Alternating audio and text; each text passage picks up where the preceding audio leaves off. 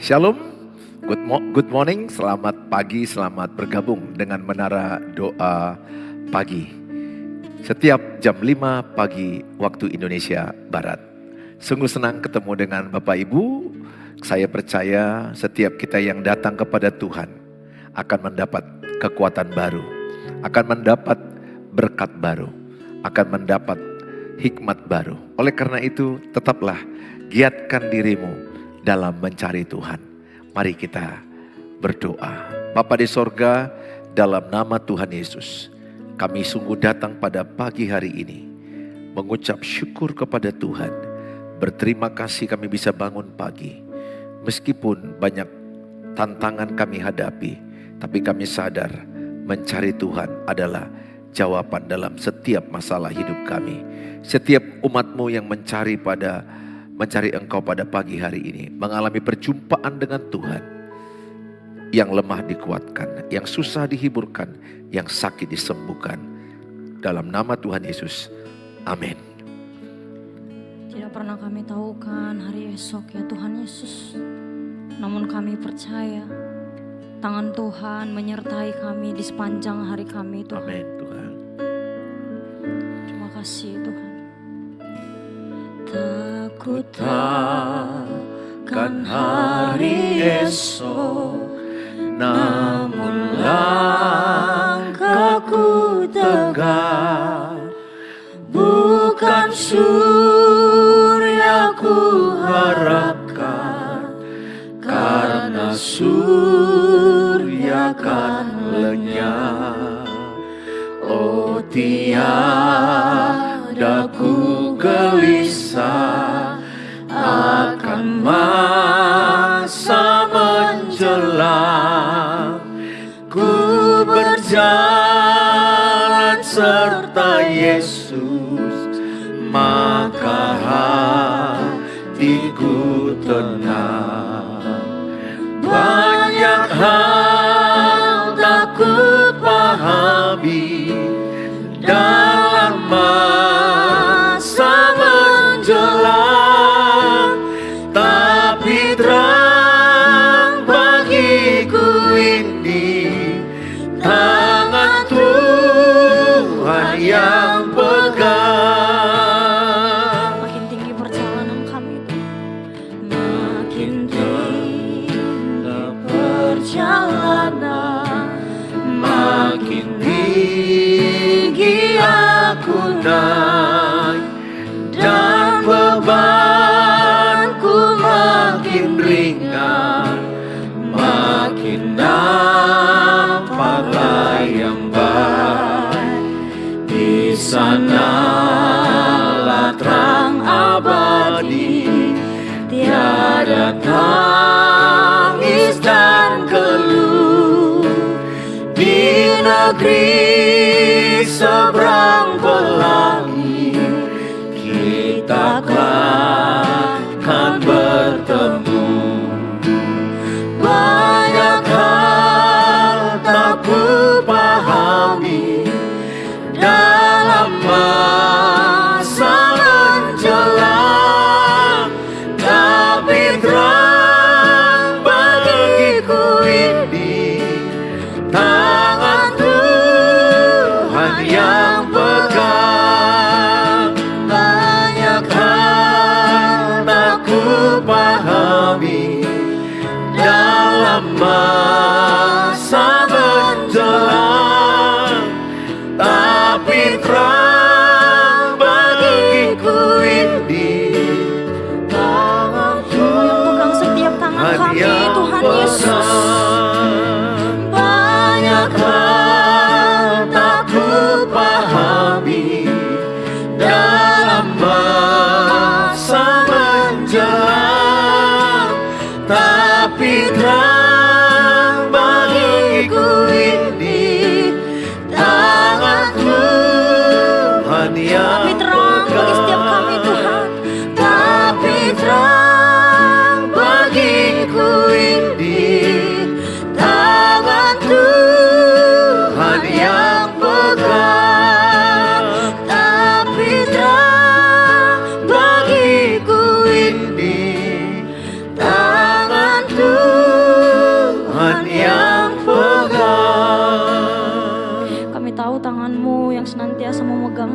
Tuhan. Amin Tuhan. Sebab Kau Allah yang mengerti setiap pergumulan kami. Kau Allah yang pedulikan setiap hidup kami. Banyak perkara yang tak dapat ku mengerti, mengapakah harus terjadi di dalam kehidupan ini. Satu perkara yang ku simpan dalam hati, tiada satu pun yang terjadi tanpa Allah peduli. Allah mengerti, Allah peduli segala persoalan yang kita hadapi. Tak akan pernah dibiarkannya ku bergumul sendiri, sebab Allah mengerti. Kami mau nyatakan sebagai pernyataan kami bagimu Tuhan. Banyak perkara yang tak dapat ku mengerti, mengapakah harus terjadi di dalam kehidupan ini. Satu perkara yang ku simpan dalam hati, tiada satu pun yang terjadi tanpa Allah peduli. Allah mengerti, Allah peduli segala persoalan yang kita hadapi. Tak akan pernah dibiarkannya ku bergumul sendiri, sebab Allah mengerti. Allah mengerti, Allah peduli segala persoalan yang kita hadapi. Tak akan pernah dibiarkannya ku bergumul sendiri, sebab Allah mengerti. Sebab Allah mengerti. Kau mengerti kami Yesus. Sebab Allah mengerti. Mari sembah Yesus. Allah peduli, yang pelihara kami. Allah mengerti. Yang Apapun masalah kami, apapun penderitaan kami, sakit penyakit kami, Engkau Allah yang mengerti perasaan kami, situasi kami. Kami bersyukur, kami bersyukur.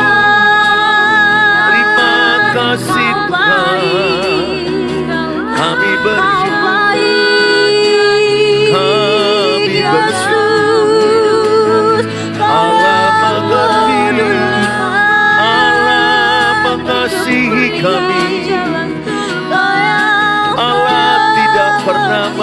biarkan kami sendirian. Engkau ada di dalam kami, Engkau bersama kami. Terima kasih Tuhan, terima kasih, kami bersyukur, kami bersyukur. Terima kasih Tuhan, terima kasih. Haleluya. Kami bersyukur, Amin. kami bersyukur. Haleluya. Segala perkara kami taruhkan di bawah kaki-Mu Yesus. Biar Kau yang ambil alih Tuhan. Biar Kau yang ambil alih Yesus. Terima kasih Tuhan. Segala perkara dapat ku tangguh di dalam Dia yang memberi kekuatan. Tuhan Yesus penolong dan sahabat. Tetap percaya Tuhan setia. Segala perkara dapat ku tangguh di dalam Dia yang memberi kekuatan. Tuhan Yesus penolong dan sahabat. Tetap percaya Tuhan setia. Bagi Yesus segala perkara dapat ku tangguh di dalam Dia yang memberi kekuatan. Tuhan Yesus penolong dan sahabat. Tetap percaya Tuhan setia. Tetap percaya Tuhan setia. Tetap percaya Tuhan setia.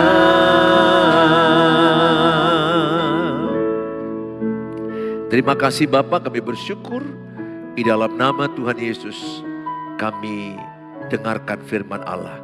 Berkati kami semua dengan firman-Mu, tuntun hidup kami, jadikan kami garam dan terang dunia, khususnya di keluarga kami. Jadi terang dalam keluarga, jadi garam dalam keluarga. Terima kasih Bapa, dalam Tuhan Yesus kami berdoa. Amin. Shalom Bapak Ibu yang saya kasihi, hari ini kita akan belajar dengan tema menjadi terang dan garam dalam keluarga. Walaupun memang ayat itu bunyinya menjadi terang dan garam dunia. Tetapi saya akan memberikan tema menjadi terang dan garam dalam keluarga. Dalam kitab Matius pasal yang kelima ayat yang ke-13 sampai kepada ayat yang ke-16 saya bacakan. Kamu adalah garam dunia. Jika garam itu menjadi tawar, dengan apakah ia diasinkan? Tidak ada lagi gunanya selain dibuang dan diinjak orang. Kamu dahulu terang dunia. Kamu adalah terang dunia, ayat 14. Kota yang terletak di atas gunung tidak mungkin tersembunyi. Lagi pula orang tidak menyalakan pelita lalu meletakkannya di bawah gantang, melainkan di atas kaki dian sehingga menerangi semua orang di dalam rumah itu. Demikianlah hendaknya terangmu bercahaya di depan orang, supaya mereka melihat perbuatanmu yang baik dan memuliakan Bapamu yang di sorga. Saudara, ayat ini berkata adalah kamu adalah garam dunia. Kamu adalah terang dunia. Bahasanya sangat begitu luas. Artinya dimanapun kita berada, kita menjadi garam dunia, terang dunia.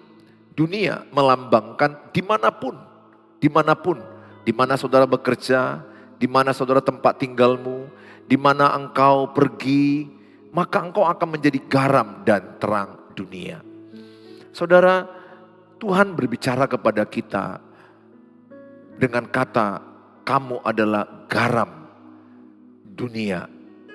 Tuhan gak bilang kamu adalah emas dunia, permata dunia. Tuhan memakai hal yang sederhana, yaitu garam yang sangat sederhana. Setiap orang membutuhkan yang namanya garam.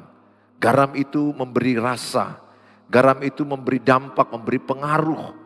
Garam itu membuat makanan menjadi enak, rasanya menjadi ada. Saudara pasti pernah memasak, mungkin kelupaan buat garam, gak ada rasa. Kemudian atau mungkin saudara pernah membuat terlalu banyak garamnya, terlalu asin, gak enak juga. Saudara pernah juga mungkin sedikit buat garam, jadi kurang rasa. Garam yang secukupnya akan memberi rasa, memberi pengaruh.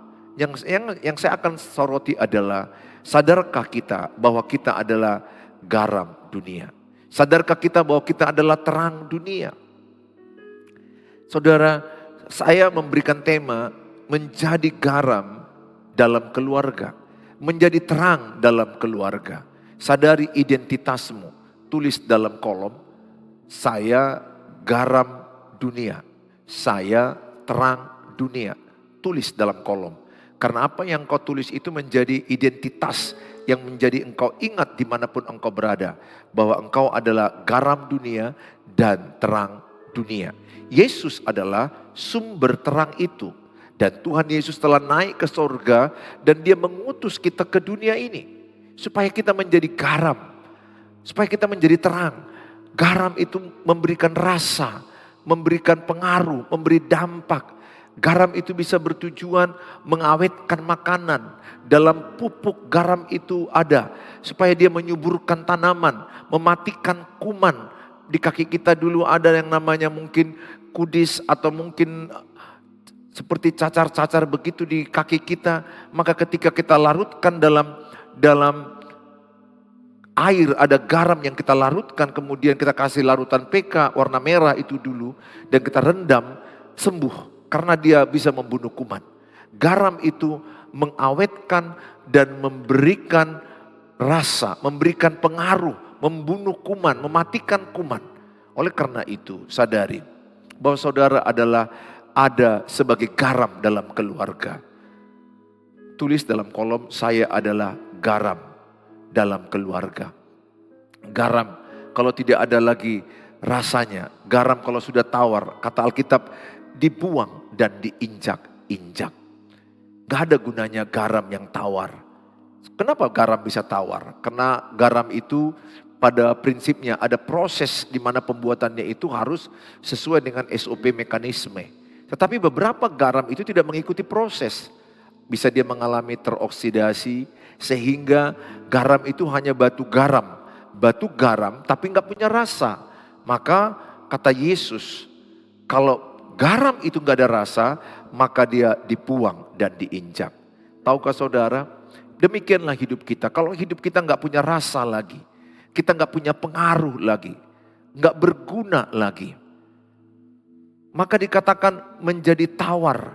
Itu artinya adalah, dalam bahasa aslinya adalah dikatakan dia menjadi tidak berfungsi, menjadi tawar dalam bahasa Yunani, moraino, menjadi bodoh dan tidak berfungsi. Menjadi bodoh dan tidak berfungsi. Tahukah saudara, ada ayah yang tidak berfungsi dalam keluarga.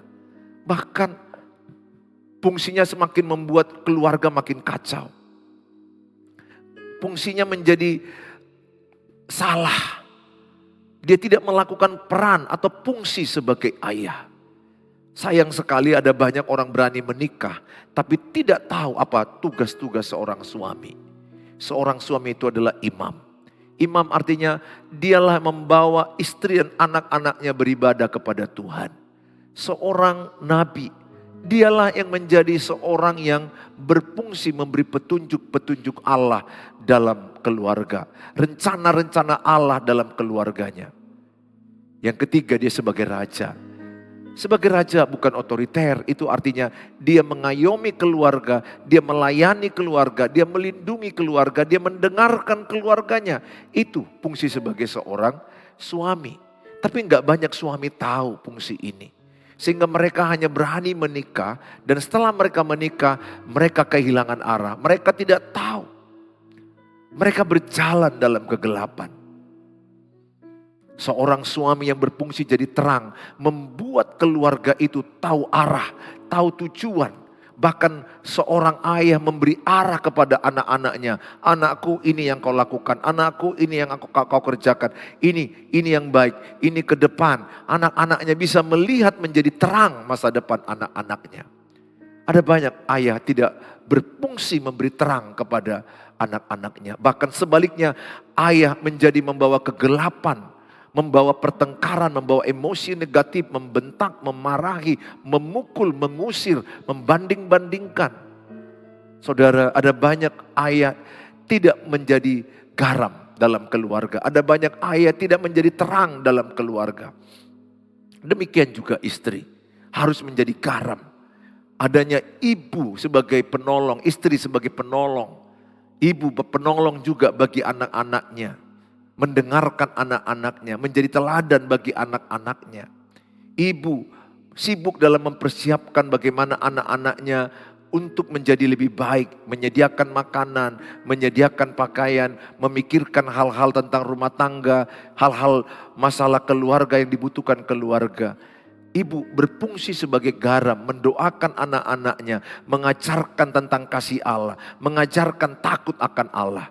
Tetapi ada banyak juga ibu atau istri tidak berfungsi sebagai garam. Karena adanya istri yang kadang berteriak, marah, pukul. Biasanya orang yang berteriak, marah, pukul, biasanya tanda luka ada di hatinya. Ingat ibu dan bapak. Kalau ibu dan bapak masih mau berteriak-teriak, ibu dan bapak masih mau marah-marah, mukul meja, banting pintu, tandanya masih ada luka dalam hatimu. Bayangkan kalau rumah itu gelap, maka anak-anak gak tahu arah tujuan. Karena mereka tidak berjalan dalam terangnya Tuhan. Saya berdoa keluarga Bapak Ibu adalah menggambarkan adanya terang Tuhan dalam keluarga itu. Adanya garam, adanya rasa. Seorang ayah yang menjadi garam, maka ketika ayahnya pulang dari luar kota, katakanlah seminggu, maka anak-anaknya akan berkata, "Hore, ayahku pulang, hore, papaku pulang." Mereka peluk papanya, mereka bermain-main, mereka makan bersama, tertawa bersama. Si papa mendoakan, si papa memberi masukan, si papa memberkati mereka, bercerita dan tidur sama dengan anak-anak. Betapa indahnya. Tapi lihat, kalau papa tidak jadi garam, sebaliknya ketika papa pulang dari luar kota, anak-anaknya takut, anak-anaknya tidak menginginkan bapaknya pulang. Karena bapak tidak berfungsi. Bapak bawanya diam-diam. Di luar dia bisa ketawa, di rumah diam-diam. Di rumah marah-marah. Di luar dia bisa senang-senang. Saudara, bapak berfungsi sebagai garam. Saya mengintrospeksi diri saya. Apakah saya sudah jadi garam dalam keluarga saya? Betul dikatakan itu garam dunia, terang dunia. Begitu jauh sekali. Tetapi saya mulai introspeksi, mulai dari keluarga. Jadilah ibu garam dalam keluargamu. Jadilah bapak garam dalam keluargamu. Anak-anak jadilah kau garam dimulai dari keluargamu. Dimulai dari keluarga, tetangga, kota, dan bangsa. Dimulai dari Yerusalem, Yudea, Samaria, sampai kepada ujung bumi.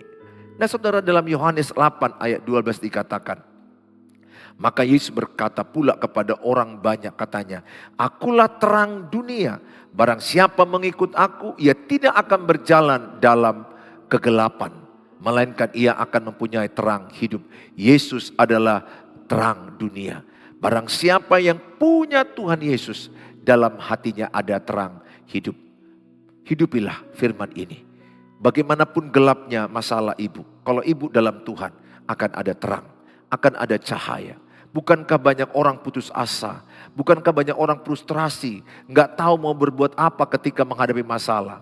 Tapi saya percaya orang yang punya Tuhan Yesus, dia punya terang hidup. Berbahagialah kita yang punya Tuhan Yesus, karena dalam hati kita ada terang hidup. Dan dimanapun kita berada, yang gelap jadi terang. Saya berupaya, saya memimpin organisasi, saya memimpin keluarga, memimpin gereja. Saya berupaya hanya ada satu, melekat pada Tuhan. Melekat pada sumber terang itu. Bagaimanapun rumitnya masalahku, kalau aku datang ke Tuhan Yesus, ada terang, ada cahaya, ada jalan keluar kepada setiap masalah yang kuhadapi. Saya sudah menguji dengan sekian tahun hidup saya punya persoalan, pastilah kita semua punya persoalan keluarga, pernikahan, mendidik anak, keuangan, pelayanan, pekerjaan, usaha kita. Tetapi kalau kita datang kepada Tuhan, kita bisa dapat hikmat, kita bisa mendapat solusi, kita bisa mendapat terang, cahaya yang dari Tuhan. Sehingga setahap demi setahap kita bisa selesaikan masalah itu. Tetaplah melekat kepada sumber terang, Tuhan Yesus. Lewat ibu pagi-pagi doa seperti ini, ikut menara doa pagi dan ikut mendengarkan firman, saudara sedang melekat kepada sumber terang itu. Tuhan Yesus adalah terang hidup bagi kita. Saudara, dalam Efesus 5 dikatakan ayat 8 sampai 9. Memang dahulu kamu adalah kegelapan, tetapi sekarang kamu adalah terang di dalam Tuhan.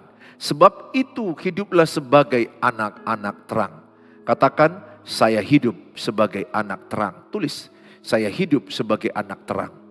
Sehingga ketika nanti ibu dan bapak menjumpai orang yang gelap hidupnya, dia bilang, Bu, pernikahanku sangat gelap, masa depanku sangat gelap, keuangan kami sangat gelap, anak-anakku sangat gelap, masa depan kami sangat gelap.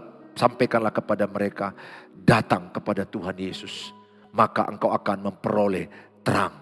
Karena Tuhan Yesus adalah terang dunia. Dia adalah terang dunia dan terang itu ada dalam hati ibu dan ada dalam hati saya.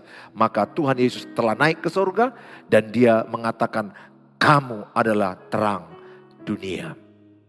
Saudara, ayat yang ke-9 dalam Efesus 5 dikatakan, karena terang hanya berbuahkan kebaikan dan keadilan dan kebenaran. Jadi kalau saya dalam terang, kalau saya jadi anak terang, maka buah hidup saya adalah kebaikan, keadilan dan kebenaran. Saya membuahkan kebaikan. Saya belajar jadi pribadi yang murah hati, memaafkan, menolong, membawa damai sejahtera, senyum. Ya, kita belajar senyum, memberikan motivasi, mensupport orang yang lemah, mendoakan orang yang susah, mengunjungi orang yang sakit, menolong orang yang kekurangan semampu kita. Sehingga dimanapun kita berada, mereka tahu kita adalah menjadi orang yang punya rasa. Garam itu identik ada rasa, ada dampak, ada pengaruh. Saudara, dikatakan dari buahnya lah kita akan kelihatan apakah kita menjadi garam dan terang dunia. Saya menjadi garam dan terang dunia bukan dilihat saat khotbah, bukan dilihat saat orang main musik, saat orang menjadi WL atau saat orang rajin ibadah, tapi kita akan dikenal menjadi garam dan terang dunia ketika kita berbuahkan kebaikan, berbuahkan kebenaran, berbuahkan kasih, berbuahkan keadilan, berbuahkan kekudusan. Kita hidup di dalam kekudusan, kesucian. Ada banyak orang hidup beribadah tapi hidup di dalam kenajisan, hidup dalam kebohongan, kemalasan, ketidakdisiplinan, tidak menggambarkan dia garam dan terang dunia. Coba kita lihat cara kerja garam. Garam itu melarut dalam air. Apa arti melarut? Dia tidak kelihatan, tapi dia punya dampak, dia punya rasa. Sesungguhnya kita gak perlu kelihatan orang baik. Kita gak perlu dipuji orang baik. Kita gak perlu diakui orang baik. Tapi dimanapun kita berada, kita membawa rasa. Melarut dengan tujuan Allah. Menyatu dengan tujuan Allah. Kita gak perlu bangga dengan posisi. Kita gak perlu bangga dengan yang namanya pujian orang, gak perlu. Anak Tuhan Yesus sesungguhnya tidak perlu lagi pujian orang. Anak Tuhan Yesus sesungguhnya tidak perlu lagi pengakuan orang. Karena kita adalah garam. Kita melarut, kita menyatu, kita berkorban, kita nggak perlu dilihat. Coba Bapak Ibu ketika makan sayur, apakah kelihatan garamnya? Kan tidak. Tapi adakah rasanya? Ada. Itulah garam dunia. Dia membawa rasa, dia membawa dampak, dia membawa pengaruh. Aku berdoa Bapak Ibu, mulailah jadi garam dalam keluargamu. Mulailah jadi terang dalam keluargamu. Demikian saya. Apalah artinya saya khotbah keluar begitu banyak, tapi saya enggak dirasakan istri saya. Saya enggak dirasakan oleh anak-anak saya. Apa yang dirasakan dari saya? Buah hidup saya. Saya mengasihi mereka. Saya mengampuni mereka. Saya berbuat baik, berbuat kebenaran. Saya menjadi ayah teladan bagi anak-anak saya. Saya menjadi suami yang terbaik bagi istri saya. Saya berjuang meninggalkan yang salah. Saya berjuang menjadi suami yang dapat dipercaya, yang jujur, yang setia, yang mengasihi dia saat sakit, saat susah. Saya berdoa Bapak Ibu, lewat tayangan ini, jadilah garam dan terang dunia. Biarlah kehadiranmu dirasakan keluargamu. Sehingga ketika Bapak Ibu pulang, mereka memeluk, mereka bersuka cita karena garam dan terang lewat buah kehidupan. Dirasakan oleh keluarga.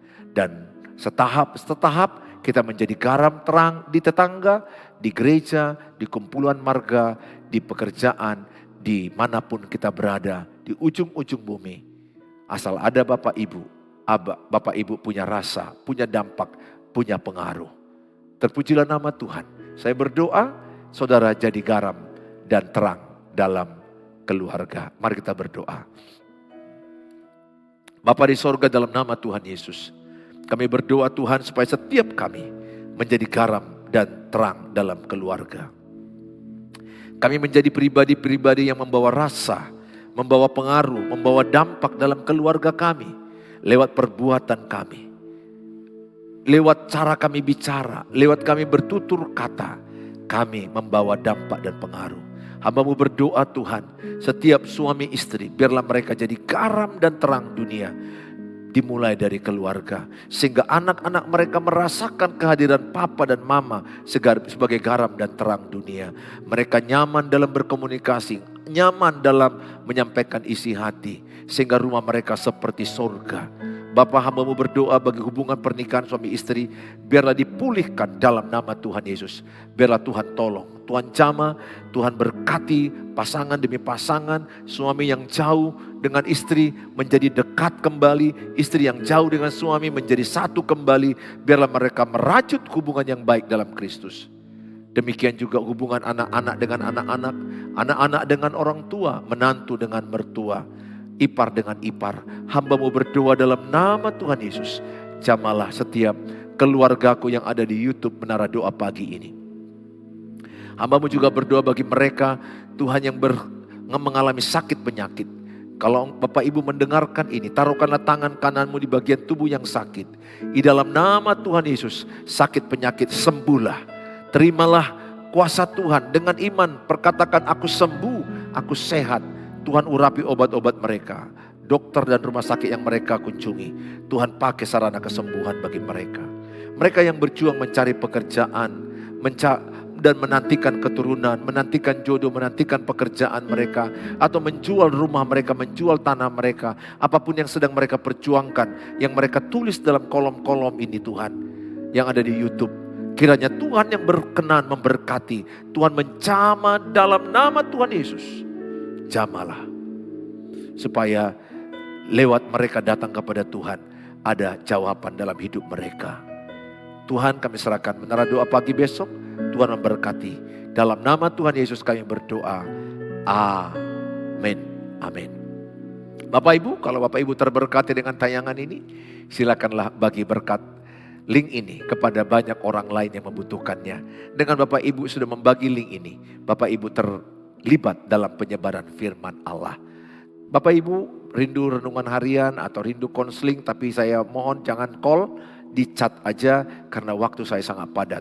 Di 0811 63 7347. Saudara terberkati dengan tayangan ini dan rindu menabur, mendukung pelayanan, ada nomor rekening di bawah ini. Tuhan Yesus memberkati Bapak Ibu, sampai ketemu di waktu yang akan datang. Besok pagi jam 5 pagi waktu Indonesia bagian Barat.